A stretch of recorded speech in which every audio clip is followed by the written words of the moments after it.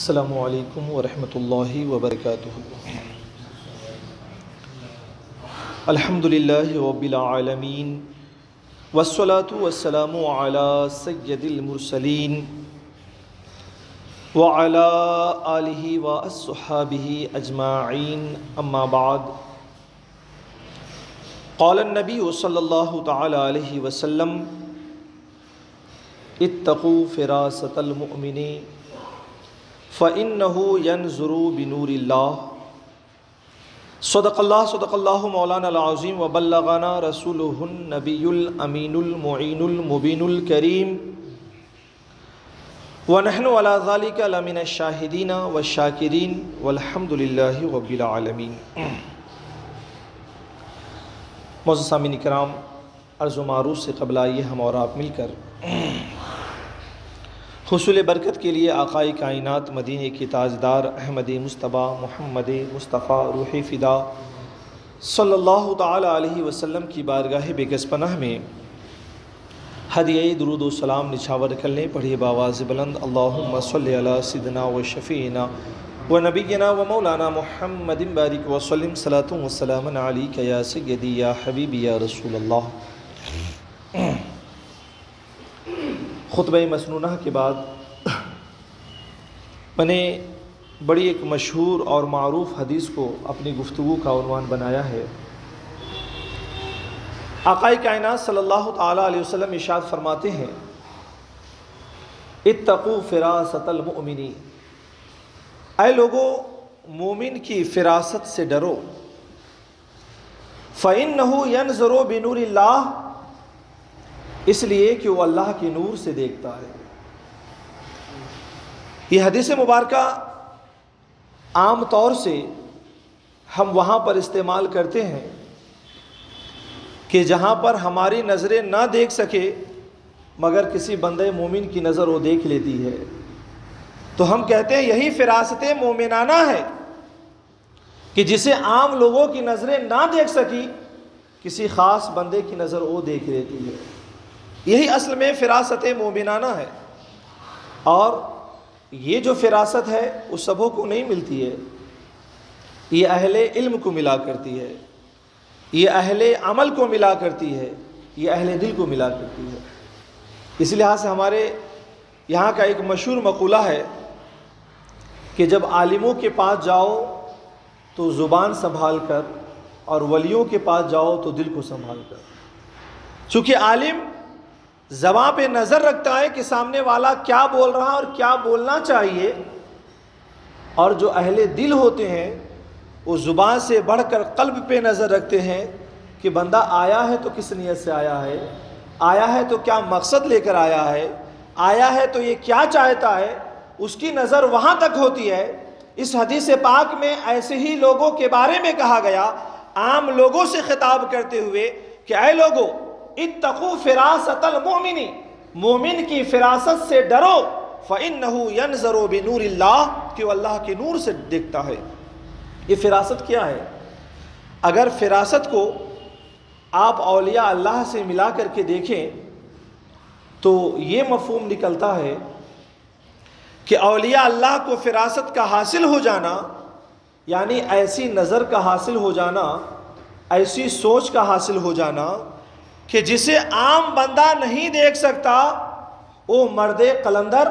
وہ مرد مومن اس چیز کو بھی دیکھ لیا کرتا ہے کہ ایک عام بندے کی نظر یہ ہے کہ وہ دیوار تک دیکھے،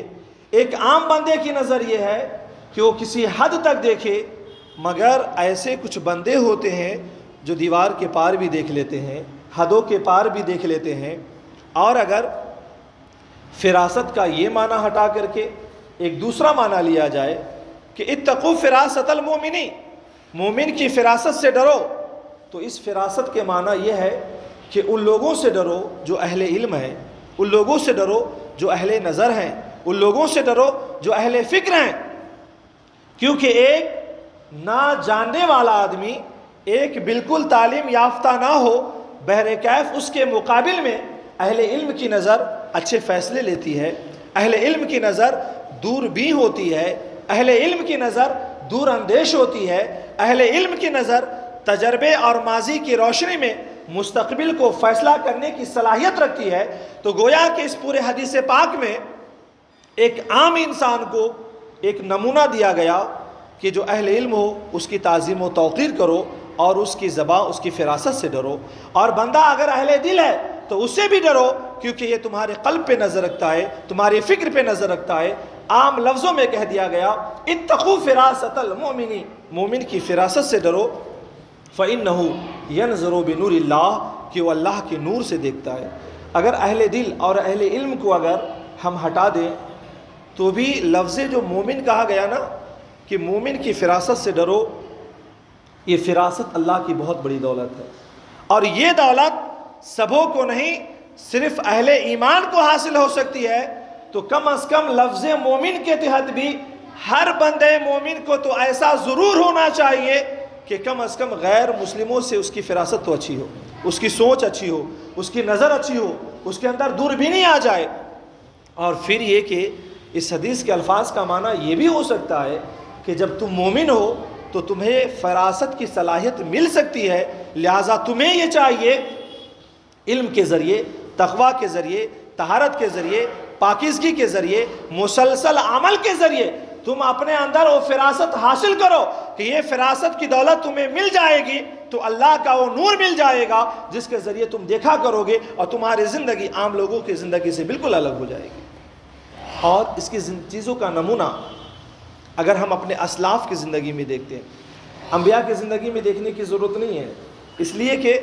انبیاء پر تو وحی کا نزول ہوتا ہے، اسے خدا ہر چیز بتا دیتا ہے۔ انبیاء سے علاوہ فراست مومنانہ کی بات کی گئی تو یقینی طور پر ہوتا ہے،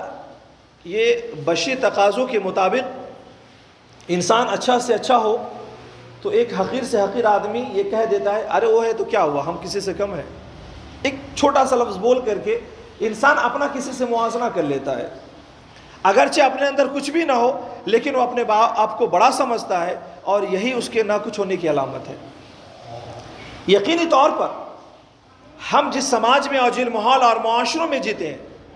ہمیں ایسے لوگوں کی تعظیم بھی کرنی چاہیے، ان کا احترام بھی کرنا چاہیے، اور ان سے اپنے ہر معاملے میں ڈر کر کے بھی رہنا چاہیے، جو اہل علم ہے اور جو اہل عمل ہے اور اہل نظر ہے۔ اگر ان معاملوں میں نہیں ڈرتے ہیں تو یاد رکھ لیجئے کہ آپ اپنے آپ کو بہت ساری چیزوں سے محروم کر رہے ہیں، اور کہیں نہ کہیں پھر ایسا بھی ہوگا کہ آپ کو ایسے مرحلے میں ٹوک دیا جائے گا جہاں پر آپ کو شرمندگی کا سامنا کرنا پڑ سکتا ہے۔ حضرت علامہ پیر کرم شاہ ازہری رحمۃ اللہ تعالی علیہ نے سورہ ہجر کی آیت نمبر 75 کہ ان فی ذالک لآیات للمتوسمین، متوسمین کے تحت حضرت علامہ پیر کرم شاہ ازہری رحمۃ اللہ تعالی علیہ نے ایک روایت نقل کی ہے، اور یہ روایت فراست مومنانہ کہ جو پردوں کو چاک کر کے دیکھ لے، پس دیوار بھی دیکھ لے، اور اللہ جب فراست کی دولت عطا فرماتا ہے تو اس کی نظر بھی اللہ عام لوگوں کی نظر سے الگ کر دیتا ہے کہ جہاں عام لوگوں کی نظر نہ دیکھ سکے خاص بندوں کی نظر وہاں بھی دیکھ لیتی ہے۔ تو حضرت علامہ پیر کرم شاہ ازہری لکھتے ہیں کہ حضرت انس رضی اللہ تعالیٰ سیدنا عثمان غنی رضی اللہ تعالیٰ عنہ سے ملنے کے لیے تشریف لائے۔ جب تشریف لا رہے تھے تو راستے میں کسی خاتون پر آپ کی نظر پڑ گئی، اور بشری تقاضوں کے مطابق وہ نظر پڑی۔ جب حضرت انس رضی اللہ تعالیٰ عنہ سیدنا عثمان غنی کی خدمت میں تشریف لائے تو حضرت عثمان غنی نے فرمایا کہ اے لوگو، تم میں سے کوئی میرے پاس آتا ہے اور حال یہ ہے کہ اس کے آنکھوں میں زنا کا اثر ظاہر ہو رہا ہے۔ آپ اندازہ لگائیں کہ سیدنا انس رضی اللہ تعالیٰ عنہ ارشاد فرماتے ہیں اے عثمان غنی کہ کیا وحین بعد الرسول، کیا حضور کے بعد بھی وحی کا نزول ہونے لگا ہے؟ کہ انس نے چلتے راہ میں جو خطائیں کی ہیں تم نے عثمان یہاں بیٹھ کر اسے دیکھ لیا؟ تو سیدنا عثمان غنی رضی اللہ تعالیٰ عنہ فرماتے ہیں لا ولیکن فراستن، کہ نہیں، انس ایسی کوئی بات نہیں ہے کہ حضور کے بعد وحی کا نزول ہونے لگا ہو، ایسی کوئی بات نہیں ہے، مگر میں نے جو تمہیں کہا ہے یہ فراست مومنانہ ہے کہ یہ فراست مومنانہ کی دولت جسے حاصل ہو جاتی ہے اس کے اوپر ہر چیز کو کھول دی جاتی ہے کہ وہ چھپی چیز کو بھی دیکھ لیتا ہے اور ظاہری چیز کو بھی دیکھ لیتا ہے۔ یہی وہ فراست مومنانہ ہے جہاں پر عام بندے کو کہا گیا کہ اے لوگوں فراست مومن سے ڈرو، اور فراست مومنانہ یہی ہے کہ بندہ آ رہا ہے تو کس لیے، سوچ کر آ رہا ہے تو کیا سوچ کر آ رہا ہے، نیتیں لے کر آ رہا ہے تو کیسی نیتیں لے کر آ رہا ہے۔ اور یہ فراست مومنانہ کی جب دولتیں حاصل ہو جاتی ہے تو بندہ بڑا ممتاز ہو جاتا ہے، اللہ کے نزدیک محبوب ہو جاتا ہے، اور علم و تدبر کے بھی معنی میں ہو تو یہ فراست مومنانہ کی دولتیں بندوں کو سماج اور معاشرے میں ممتاز کر دیتی ہے۔ بلکہ سیدنا امام اعظم ابو حنیفہ رضی اللہ تعالیٰ عنہ کے حوالے سے ایک روایت آتی ہے کہ کوئی بندہ امام اعظم ابو حنیفہ رضی اللہ تعالیٰ عنہ کی خدمت میں مسئلہ پوچھنے کے لیے حاضر ہوا، تو اس نے سوال کیا کہ حضور ایک ایسا بندہ ہے جو چلتی راہ بھٹک گیا ہے اور جنگل و بیاباں میں ہے، وہاں پر اس کی ملاقات دو ایسے شخص سے ہو رہی ہے کہ ایک شخص سو رہا ہے اور ایک شخص جاگا ہوا ہے، حضور یہ بتائیے کہ وہ بھٹکا ہوا راستہ جو انسان ہے وہ اپنا راستہ کس سے پوچھے، وہ سوئے ہوئے سے پوچھے یا جگے ہوئے انسان سے پوچھے؟ تو ہماری اور آپ کی بات اگر ہو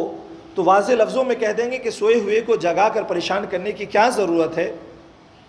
جو جگا ہوا ہے اس سے راستہ پوچھ لیا جائے۔ مگر امام اعظم ابو حنیفہ رضی اللہ تعالیٰ عنہ ارشاد فرماتے ہیں کہ سنو، جو جگا ہوا ہے اس سے پوچھنے کی ضرورت نہیں ہے، جو سویا ہوا ہے اسے اٹھا کر کے پوچھنے کی ضرورت ہے۔ وہ شخص خاموش ہو گیا، پھر امام اعظم فرماتے ہیں کہ سن، تو نصرانی ہے، تو عیسائی ہے، اور تیرا جواب اگر میں یہ دے دیتا کہ سوئے ہوئے شخص سے پوچھے تو مجھے برجستہ کہہ دیتا کہ تیرا پیغمبر اپنی قبر میں آرام کر رہا ہے، میرا پیغمبر سیدنا عیسیٰ روح اللہ آج بھی جگا ہوا ہے، سوئے کے مسئلوں پر کیوں عمل کرو گے، جگے ہوئے کے بتائے طریقے پر عمل کرو۔ امام اعظم فرماتے ہیں تو یہ فطور دل میں لے کر آیا تھا، میں نے بھانپ لیا، میں نے تجھے ایسا جواب دیا۔ یہی فراست مومنانہ ہے کہ جب یہ دولت حاصل ہو جاتی ہے تو انسان کے کرتوتوں سے بھی بندہ جان جاتا ہے اور اس کے نیتوں کو بھی جان جاتا ہے۔ یہ فراست مومنانہ کی جو دولت ہے یہ سب کو حاصل نہیں ہوتی ہے، یہ اہل علم، اہل نظر اور اہل عمل کو حاصل ہوتی ہے، اور ایسے لوگوں کی قدریں ہمارے دلوں میں ہونی چاہیے۔ اور جب تک یہ حاصل نہ ہو تو یاد رکھ لیں کہیں پر بھی آپ کو رسوائی کا سامنا ہو سکتا ہے۔ لہٰذا ہمیں یہ پرکھنے کی ضرورت ہے کہ ہمارے سماج میں کون سا انسان ہے، اس سے ہمیں گفتگو کیسے کرنی چاہیے، اس سے ہمیں ملاقات کیسے کرنی چاہیے، اس کے ساتھ ہمارا عملی رویہ کیسا ہونا چاہیے، اس کے لیے ہمارے دلوں کی پاکیزگی کیسے ہونی چاہیے، یہ ہماری بہت بڑی ذمہ داریاں ہیں۔ لیکن آج بندے مومن ہونے کی حیثیت سے ہم سبوں کو ایک نظر سے دیکھتے ہیں اور یہی نظر ہمیں دھوکہ دے جاتی ہے۔ حضرت سیدنا جنید بغدادی رضی اللہ تعالیٰ عنہ خطاب فرما رہے تھے، اور جب یہی حدیث مبارکہ کی آپ نے تلاوت فرمائی کہ اتقوا فراست المومن فإنہ ینظر بنور اللہ، مومن کی فراست سے ڈرو کہ وہ اللہ کے نور سے دیکھتا ہے۔ خطاب کے ختم ہونے کے بعد ایک شخص جو عبا پہن کر سر پہ امامہ باندھ کر کے مسلمان کی پوری مکمل شکل و شباہت کہ جہاں پر کوئی یہ فرق نہ کر سکے کہ میں کون ہوں، وہ شخص حضرت سیدنا جنید بغدادی کی خدمت میں حاضر ہوا اور پوچھتا ہے کہ جنید بغدادی یہ مجھے بتائیے کہ اتقوا فراست المؤمن فإنہ ینظر بنور اللہ کا کیا مطلب ہے؟ تو روایت بیان یہ کرتی ہے کہ سیدنا جنید بغدادی رضی اللہ تعالیٰ نے نظریں جھکا لی، آنکھیں بند کر لی، اور یہ بات صاف ہے کہ بہت قریب کی چیز کو دیکھنے کے لیے آنکھیں کھولنی پڑتی ہے اور بہت دور کی چیزوں کو دیکھنے کے لیے آنکھیں بند کرنی پڑتی ہے۔ یہ اہل نظر کا کمال ہے کہ جو آنکھیں نہ دیکھ سکے وہ آنکھیں بند کر کے بندہ دیکھتا ہے۔ حضرت جنید بغدادی رضی اللہ تعالیٰ نے آنکھیں بند کر لی، نظریں جھکا لی، تھوڑی دیر کے بعد فرماتے ہیں وہ آنے والے شخص سن، اب وقت آ گیا ہے کہ تو کلمہ پڑھ کے مسلمان ہو جائے، کیونکہ تو آیا ضرور ہے اسلامی رنگ و روپ میں، مگر میں نے تیرے باطن کو دیکھ لیا ہے کہ تو مسلمان نہیں، تو نصرانی ہے۔ تو مسئلہ پوچھنے آیا تھا کہ تاکہ تو اس روپ میں آئے کہ تیری پکڑ نہ ہو اور تو میرا مذاق اڑائے، مگر سن تو نصرانی ہے، تو کلمہ پڑھ، پہلے مسلمان ہو جا، اس کے بعد سمجھاؤں گا تمہیں کہ فراست مومنانہ کی دولت کیا ہے۔ تو یہ جو اہل نظر ہوتے ہیں، یہ جو اہل باطن ہوتے ہیں، علم و عمل کی دولتوں سے اللہ انہیں فراست مومنانہ کی دولت سے سرفراز کر دیتا ہے، اور جب یہ سرفراز کر دیتا ہے نا تو پھر وہ ساری حقیقتیں ان پر عیاں ہو جاتی ہے، اور پھر وہ ایک عام بندے مومن کی طرح نہیں رہ جاتا ہے، بلکہ ایک عام بندے مومن کے لیے قابل احترام بن جاتا ہے۔ یہ اللہ والوں کی زندگی میں آپ دیکھیں تو یہی فراست مومنانہ کی دولتیں تھیں جو اسلام کو کام آئی ہے۔ اسلام کو روحانیت کی ضرورت آج نہیں، ہر زمانے میں رہی ہے۔ یہی وجہ ہے روحانیت کی وہ ضرورت رہی کہ آقائے کائنات اپنی حیات مبارکہ میں جب جنگیں لڑتے تھے تو فرماتے تھے کہ اے لوگو، اللہ نے تمہاری فتح کے لیے فرشتوں کو نازل فرما دیا ہے۔ یہی وہ روحانیت ہے۔ آپ بڑے بڑے بزرگوں کو دیکھ لیں کہ جس زمانے میں کفر، باطل اور بےہودگی پورے عام جب ہو گئی تو ان اللہ والوں نے روحانیت کی طاقتیں حاصل کی اور پھر اسلام کو فروغ دیا اور اسلام کو بچایا ہے۔ حضرت سیدنا بابا فرید الدین مسعود گنج شکر رحمۃ اللہ تعالی علیہ، ان کے بارے میں ایک روایت آتی ہے، فراست مومنانہ میں سمجھانا چاہ رہا ہوں کہ علم اور عمل کی دولت ہمیں کون سی دولت سے سرفراز کرتی ہے۔ حضرت بابا فرید الدین مسعود گنج شکر جو حضرت خواجہ قطب الدین بختیاری کاکی کے جانشین اور خلیفہ، اور یہ قطب الدین بختیاری کاکی جو سیدنا خواجہ غریب نواز کے خلیفہ، اور پھر یہ مسعود گنج شکر رحمۃ اللہ تعالیٰ علیہ، ان کے جانشین اور خلیفہ حضرت خواجہ نظام الدین اولیاء، اور ان کے جانشین اور خلیفہ حضرت خواجہ نصیر الدین چراغ دہلوی، اور ان کے جانشین اور خلیفہ سیدنا سرکار بندہ نواز گیسو دراز رحمۃ اللہ تعالیٰ علیہ۔ تو حضرت بابا فرید الدین مسعود گنج شکر رحمۃ اللہ تعالیٰ علیہ جب یہ جنگلوں میں رہ کر کے آپ مسلسل ذکر و اذکار میں لگے ہوئے تھے تو آپ کی خدمت کے لیے جو لوگ تھے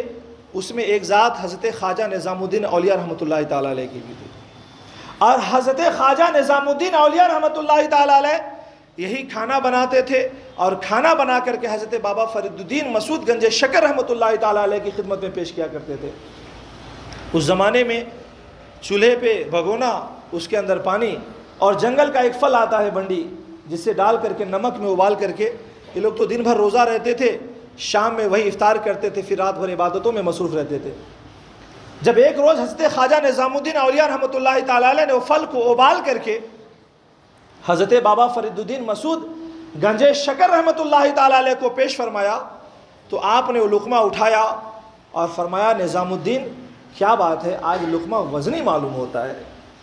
حضرت خواجہ نظام الدین اولیاء فرماتے نہیں حضور،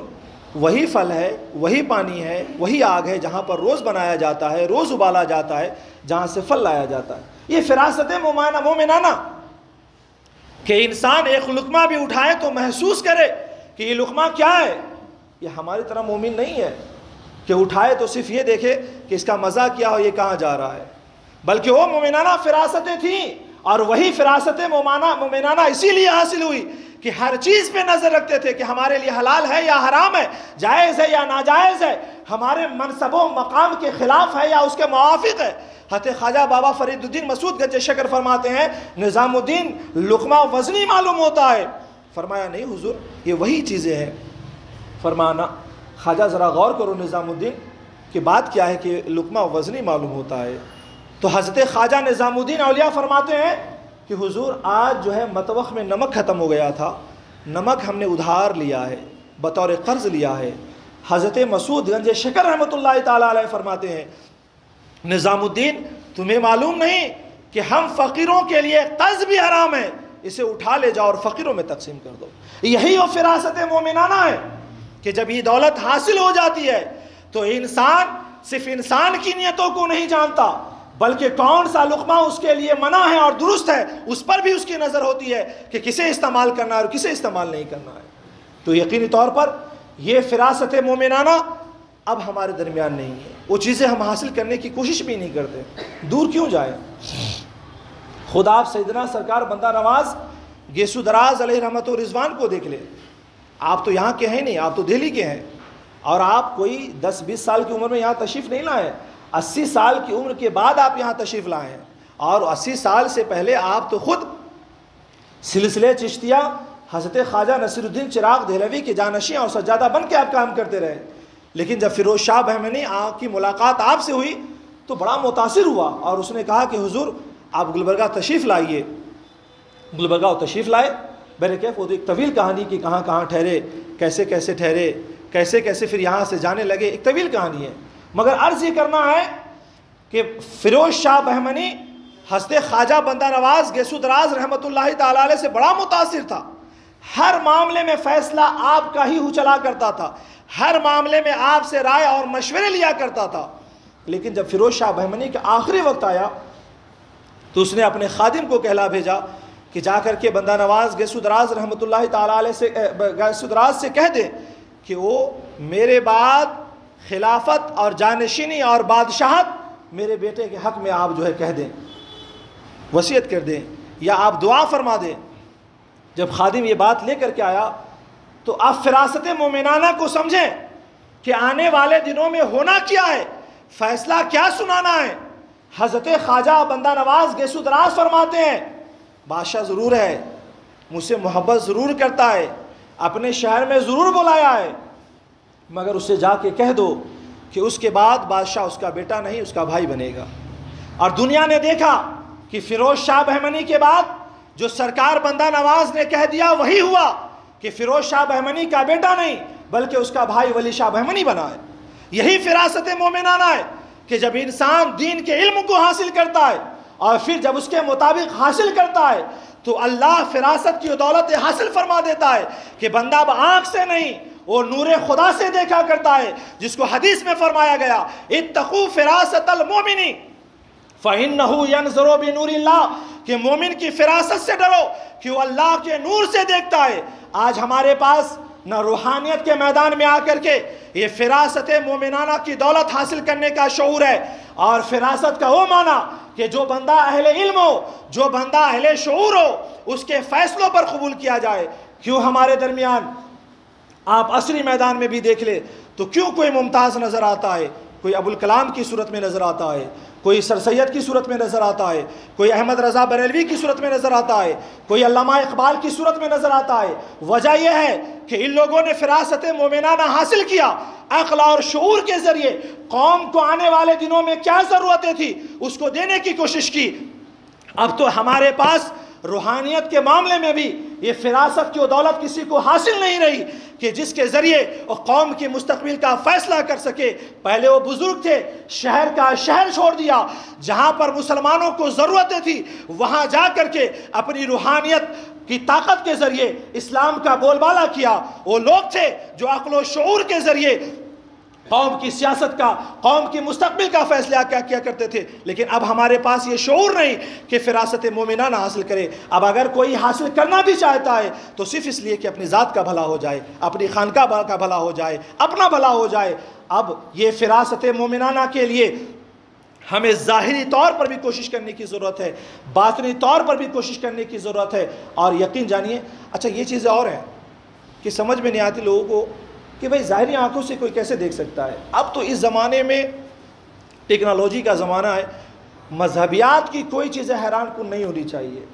آپ موبائل میں ایک ایپ کھولتے ہیں تو ساری دنیا کو آپ دیکھ رہے ہیں، آپ ایک کلک کرتے ہیں بیٹھے بیٹھے ساری دنیا میں آپ باتیں کر رہے ہیں۔ جب ایک انسان کا بنایا ہوا یہ ایپ اور ایک موبائل جب اتنی قوتیں اپنے اندر رکھ سکتا ہے تو خدا کے وہ محبوب بندے جب خدائی طاقتیں حاصل کر لے تو اپنے اندر یہ قوتیں کیوں نہیں رکھ سکتے ہیں؟ اور باضابطہ علوم ہیں، جو لوگ علم نجوم سے واقف ہیں، جو لوگ علم العادات سے واقف ہیں، جو لوگ علم جفر سے واقف ہیں، جو لوگ علم رمل سے واقف ہیں، جو لوگ قیافہ شناس ہیں، بیٹھ کر کے آپ کو بتا سکتے ہیں کہ آپ کیا کرتے ہو اور کیا نہیں کرتے ہو۔ سیدنا سرکار مفتی اعظم ہند علامہ مصطفیٰ رضا خان رحمۃ اللہ تعالیٰ علیہ فرماتے تھے کہ اے لوگو اگر شریعت مجھے نہ روکتی تو خدا کی قسم یہاں بیٹھ کے بتا سکتا ہوں کہ تم گھروں میں کیا کرتے ہو اور کیا کھاتے ہو۔ یہ فراست مومنانہ کی دولت ہے۔ اب تو ایسے علوم ہیں، لوگوں کو جب ایسی باتیں کہیے تو کہتے ہیں ایسا کیسے ہو سکتا ہے؟ بھئی آپ تو بہت ساری یونیورسٹیوں میں، آپ جا کے بنارس یونیورسٹیوں میں دیکھیے، باضابطہ وہاں پہ جوتشیوں کی تعلیم دی جاتی ہے، اور جہاں پہ جوشی کفرانہ علم حاصل کر کے یہ فیصلہ کرتا ہے کہ کس آدمی کو کس سیاست کے میدان میں کیا فیصلہ لینا ہے، کون سے میدان میں آگے بڑھنا ہے، کہاں پر اپنے آپ کو روکنا ہے۔ جب ایک کافر علم کو حاصل کر کے جب مستقبل کے فیصلے کر سکتا ہے تو ایک بندہ مومن علم قرآن و حدیث کو حاصل کر کے مستقبل کے فیصلے کیوں نہیں کر سکتا ہے؟ کر سکتا ہے۔ شرط یہ ہے